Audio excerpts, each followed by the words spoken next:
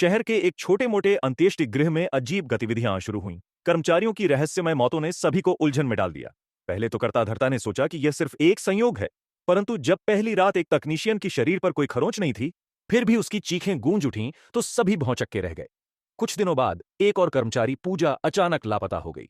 जबकि कर्मचारियों के बीच डर बढ़ता गया, एक वृद्ध महिला की शव संसाधित करने के बाद पूजा के साथ आखिरी बार देखे गए शव के पास एक बूढ़ी आत्मा प्रकट हुई। उसने अपने मृतक बेटे का नाम लिया। समझ में आया कि ये सभी मृत आत्माएं अपने परिवार से चोरी की गई चीजों की वापसी की कोशिश कर रही थीं। अंत्येष्टिकर्मी अपनी लालच में अपने ही श्राद्ध से वंचित थे। जब दोबारा पूजा की चीत्कार गूंजी, तो एक और कर्मचारी को महसूस हुआ कि उसे बिना देखे ही मौत का खतरा है। वह भाग निकला, लेकिन उसकी परछाई रात के घुप अंधेरे में फीकी पड़ गई। अब अंत्येष्टि गृह में सभी ने एक दूसरे की आंखों में डर देखा। उन्हें पता चला उनकी गलतियों का भुगतान उन्हें जरूर करना पड़ेगा। एक एक कर सारे कर्मचारी उस अंधेरे के साथी बन गए। उस रात अंत्येष्टि गृह के द्वार पर ठंडक महसूस हो रही थी, जैसे सारी आत्माएं एकत्रित हो गई हों। हमारे पास क्या है? किसी ने चिल्लाया, लेकिन जवाब केवल खामोशी थी।